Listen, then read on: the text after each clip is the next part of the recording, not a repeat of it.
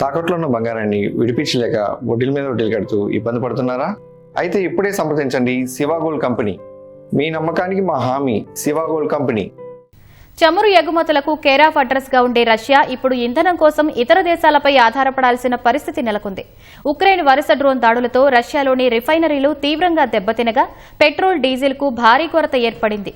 ఈ సంక్షోభాన్ని అధిగమించేందుకు పుతిన్ సర్కార్ కనీవిని ఎరుగని నిర్ణయం తీసుకుంది. రష్యా చరిత్రలోనే తొలిసారిగా భారత్ నుంచి పెట్రోల్ దిగుమతి చేసుకుంటోంది.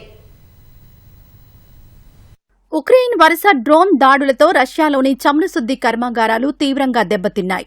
ఈ కారణంగా రష్యాలో పెట్రోల్, డీజిల్ కు తీవ్ర స్థాయిలో కొరత ఏర్పడింది. ఈ ఇంధన సంక్షోభాన్ని అధిగమించడానికి రష్యా చరిత్రలోనే తొలిసారిగా భారత్ నుంచి గ్యాసోలిన్ దిగుమతి చేసుకుంటోంది. ఈ వివరాలను గ్లోబల్ ఎనర్జీ ట్రాకింగ్ సంస్థ కెప్లర్ వెల్లడించింది. రష్యాకు చెందిన ప్రముఖ చమురు సంస్థ రోస్ నెఫ్ట్ భాగస్వామ్యంతో నడుస్తున్న గుజరాత్లోని నయారా ఎనర్జీ ఈ ఇంధనాన్ని సరఫరా చేస్తోంది.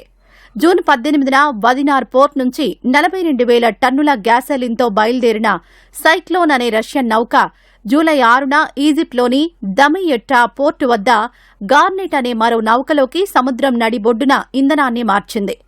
ఆ నౌక ఆగస్టు 5న రష్యాకు చేరుకోవడంతో తొలి విడత ఇంధన రవాణా పూర్తయింది. ఇదే తరహాలో వర్గ్, తాలిస్మాన్, ఫోటాన్ వంటి మరికొన్ని నౌకల ద్వారా కూడా భారత్ నుంచి రష్యాకు ఇంధన రవాణా కొనసాగుతోంది.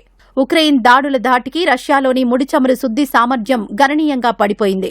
జూలై నెలలో రష్యా రిఫైనరీల ఉత్పత్తి సాధారణం కంటే ఏకంగా 3వ వంతు తగ్గిపోయి రోజుకు 3.6 మిలియన్ బ్యారెళ్లకు పరిమితమైందని విశ్లేషకులు తెలిపారు. ఆ తర్వాత కూడా ఉక్రెయిన్ దాడులను మరింత ముమ్మరం చేసి పలు కీలక రిఫైనరీలను లక్ష్యంగా చేసుకుంది.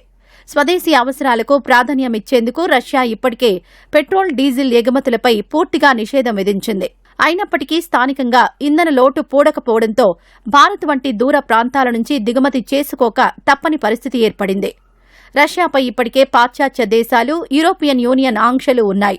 అయినప్పటికీ రష్యా అనుబంధ నౌకలు ఈజిప్టు సముద్ర మార్గాన్ని కేంద్రంగా చేసుకుని భారత్ నుంచి ఇంధన సరఫరా నెట్వర్క్ను పునరుద్దరించడం గ్లోబల్ ఎనర్జీ మార్కెట్లో తీవ్ర చర్చనీయాంశంగా మారింది.